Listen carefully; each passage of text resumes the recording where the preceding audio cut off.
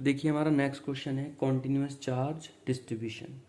Continuous charge distribution मैं आपको समझा चुका हूँ, तो इस पे हमारा क्वेश्चन 2020 में आया हुआ है नीट के एग्ज़ाम में। तो क्वेश्चन क्या कह रहा है हमसे कि a spherical conductor of radius R, यानी कि एक कंडक्टर है जिसके स्पेरिकल है यानी कि गोल है, तो उसकी रेडियस कितनी दे रखी है 10 सेंटीमीटर, यानी कि इसकी जो रेडियस है वो है 10 सेंटीमीटर। ओके, तो अब क्या करना है, इस पर charge of a charge 3.2 into tens power -7 गुलाम दे रखा है। उसके बाद क्या कह रहा है कि देखिए what is the magnitude of electric field at a point 15 centimetre apart from the centre of the sphere. ठीक है जी, तो इलेक्ट्रिक फील्ड फाइंड आउट करना है जो स्फीयर से क्या है 15 सेंटीमीटर दूर है। क्या है 15 सेंटीमीटर दूर। तो गाइज यहाँ पे हमें जो रेडियस देखिए, इसमें दो टाइप से करके होता है, आपको पता ही है, एक ये होता है और एक ये। तो यहाँ की ये रेडियस क्या दे रखी है आर, और यहाँ से हमें 15 सेंटीमीटर दूर पर क्या फाइंड आउट करना है, इलेक्ट्रिक फील्ड की वैल्यू फाइंड आउट करनी है। तो देखिए इलेक्ट्रिक फील्ड की वैल्यू फाइंड आउट करने का फॉर्मूला क्या था, E equal to 1/4πε0 Q upon, अब ये वाली आर लेंगे जहाँ पे हमें वैल्यू फाइंड आउट करनी है, अपॉन आर स्क्वायर। ठीक है जी, तो क्या हो जाएगा, ये इसकी वैल्यू 9 इंटू टेंस पावर 9 हो जाएगी। क्यू की वैल्यू हमें 3.2 इंटू टेंस पावर -7 दे रखी है, और देखिए आर कितना है 15 सेंटीमीटर है, तो इसको हम क्या कर सकते हैं, चेंज कर सकते हैं। 15 इंटू 10⁻²⁻² सेंटीमीटर लिख सकता हूँ मैं इसको, सॉरी मीटर लिख सकता हूँ अगर मैं मीटर में चेंज करूँ। तो देखिए क्या हो जाएगा, 15 इंटू टेंस पावर -2 का स्क्वायर। यहाँ तक समझ में आया। अब क्या कह रहा है हमसे क्वेश्चन में कि यहाँ तक, अब आगे सॉल्व करते हैं। देखिए गाइस, तो क्या हो गया, 9 into tens power 9, 3.2 into 10⁻⁻7 upon, इसका क्या आ जाएगा, स्क्वायर 15 का स्क्वायर 225 इंटू टेंस पावर -4। तो गाइस सबसे पहले हम पावर्स को सॉल्व कर लेते हैं। तो क्या है, 9 डिजिट को एक साइड लिख लेते हैं, 9 इंटू 3.2 225 इंटू टेंस पावर 9 10⁻⁻7 और 10⁻⁻4। देखिए माइनस ये 11 हो गया, -4 और -7 क्या हो गया 11, और 11 में से अगर हम 11 में से 9 माइनस के 11 में अगर +9 करते हैं तो -2 बचेगा। तो 9 इंटू 3.2 225 इंटू -2। अब देखिए जो चीज़ें हमारी कट रही हैं हम उसको काट लेंगे। अब ये देखिए ये 3 से डिवाइड हो जाएगा, 3 7 जा 21, बचा 1, 3 5 जा 15। अब देखिए 3 3 जा 9। अब ये 3 से डिवाइड होगा, देखिए हो जाएगा 3 1 जा 3 और 3 2 जा 6, 3 5 जा 15। तो क्या आ गया हमारा, 1 इंटू 3.2 25 इंटू टेंस पावर -2। तो देखिए गाइज अगर हम इसको इससे डिवाइड करते हैं तो हमारा जो आंसर आना चाहिए वो इस टाइप से करके आना चाहिए। 1, अगर हम इसको सॉल्व करेंगे तो 1.28 इंटू टेंस पावर -10⁻5 ये। ओके गाइज, तो ये ऑप्शन में हमें दे रखा है ऑप्शन ए। ठीक है जी, ये क्वेश्चन लास्ट ईयर पूछा गया था 2020 में, तो बड़ा ही इजी क्वेश्चन है, आप इसको आराम से सॉल्व कर सकते हैं। ओके, अब जो हमारा नेक्स्ट टॉपिक है वो है गॉस लॉ। क्या है? Gauss law.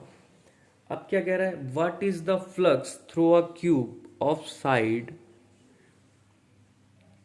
ए, यानी कि एक क्यूब है जिसकी साइड क्या है? ए।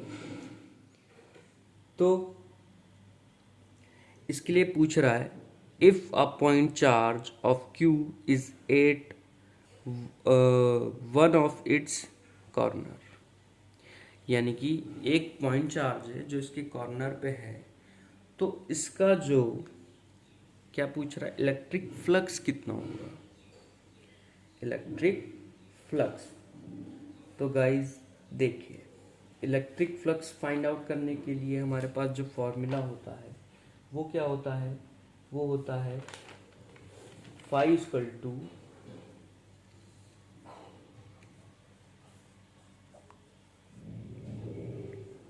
ई डी एस, और ये फॉर्मूला किसके इक्वल होता है? क्यू अपॉन एप्सिलॉन नॉट के। अब क्या कह रहा है कि क्यूब की एक साइड क्या है? ए है। क्यूब की एक साइड ए है, अगर पॉइंट चार्ज क्यू रखा गया है इसके कॉर्नर पर, तो हमें उस पर इलेक्ट्रिक फ्लक्स को फाइंड आउट करके बताना है। तो देखिए, ये जो क्वेश्चन है ये आपका एनसीईआरटी की बुक में भी है। तो क्या हो जाएगा इसका? क्यूब की एक साइड जो होती है वो क्या होती है?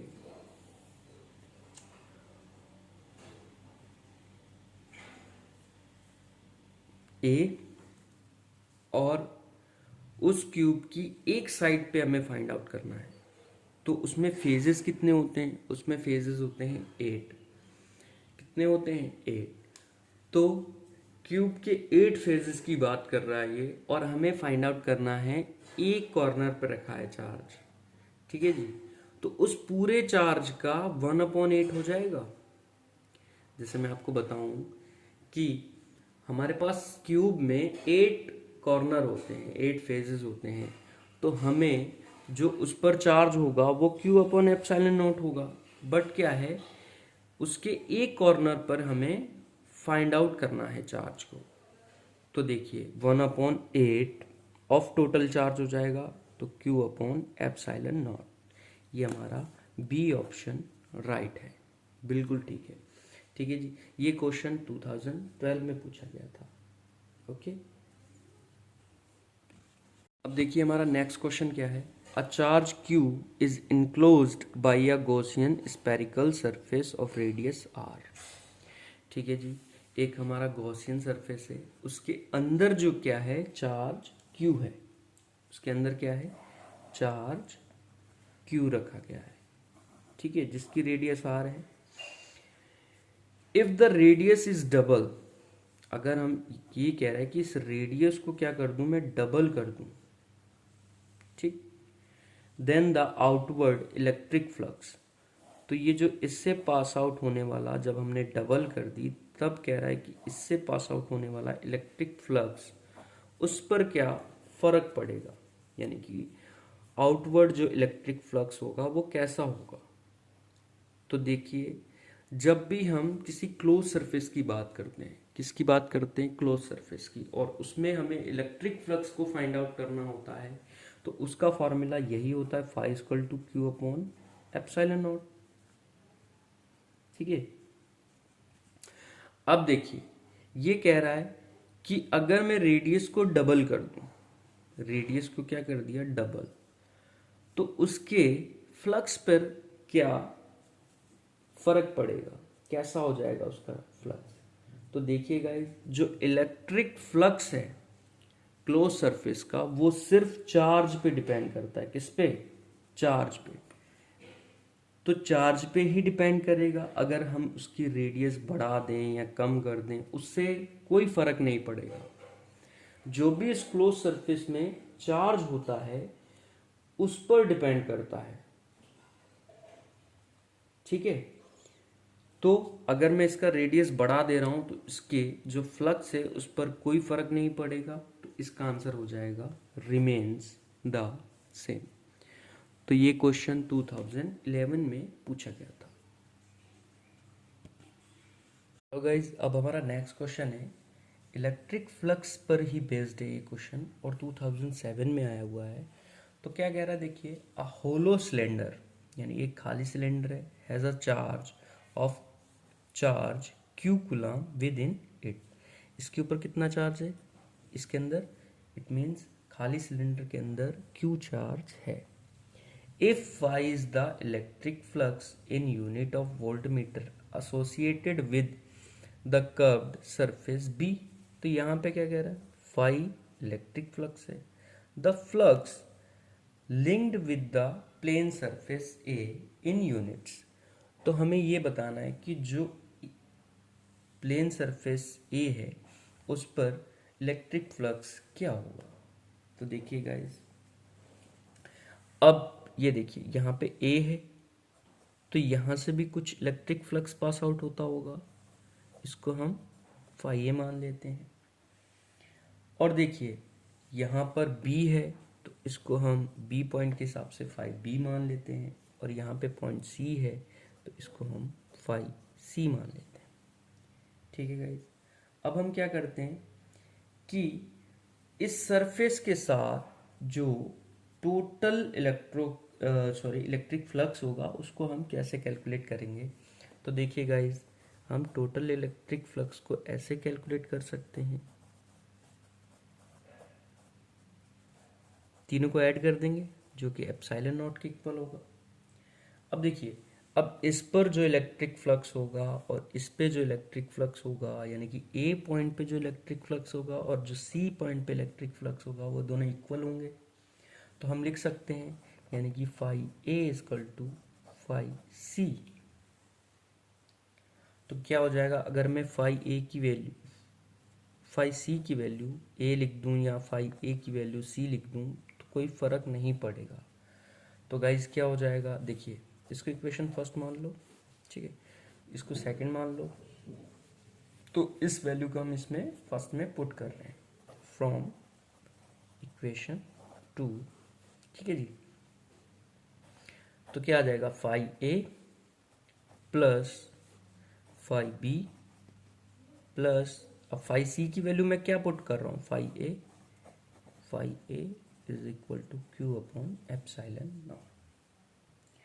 तो स्टूडेंट्स ये क्या हो जाएगा, फाई ए और phi A two phi A plus phi B is equal to q upon epsilon naught. अब देखिए गाइस, यहां से हमें क्या ए की वैल्यू फाइंड आउट करनी है कि ए पॉइंट पर, सरफेस ए पर जो इलेक्ट्रिक फ्लक्स होगा वो क्या होगा। तो स्टूडेंट्स यहां से 2 phi A is equal to q epsilon naught, q upon epsilon naught minus phi B लिख सकता हूं मैं। और देखिए इन्होंने क्वेश्चन में पहले ही दे दिया था हमें कि बी पॉइंट पर जो फ्लक्स है वो क्या है, फाई है, वो क्या है फाई। तो फाई बी की वैल्यू क्या लिख सकता हूं मैं, q upon epsilon naught minus phi, और हमें क्या चाहिए वैल्यू, 2 फाई ए की, फाई ए की ओनली, और इसके साथ 2 भी है तो ये अपॉन में आ जाएगा इसके साथ। तो phi A equal to q upon epsilon naught minus phi, और 2 मल्टीप्लाई में था तो अपॉन में आ गया। तो हमारा answer 1/2 q upon epsilon naught minus phi. तो ये ऑप्शन में हमें दे रखा है डी। तो देखिए गाइस, एक बार फिर से मैं आपको समझाऊं तो मेरे पास एक होलो सरफेस है। कैसा सरफेस है, होलो मीन्स खोखला सरफेस। तो इसके ए पॉइंट पर हमने फाई ए माना है, बी पॉइंट पर फाई सी, और सी पॉइंट पर जो इलेक्ट्रिक फ्लक्स है वो हमने फाई बी माना है, बट उसकी वैल्यू दे रखी है फाई। ओके, तो टोटल सरफेस हम ऐसे निकालते हैं, क्यू अपॉन एप्सिलॉन नॉट के इक्वल हो जाएगा। अब देखिए इसकी जो फ्लक्स है सी पॉइंट पर और जो ए पॉइंट पर फ्लक्स है वो दोनों इक्वल है। तो हमने यह क्या किया, इक्वेशन बना ली और उसमें वैल्यू पुट कर दी। अब यहाँ से हमें वैल्यू चाहिए सिर्फ फाइव ए की, तो फाइव ए की वैल्यू ये हो जाएगी, ये माइनस आ जाएगा फाइव बी। अब इसको मैंने क्या लिख दिया 5, और यहाँ से 2 को इधर ले गया अपॉन में। तो गाइज ये क्वेश्चन बड़ा ही इजी था और ये 2007 में आया है, ठीक है। Okay guys.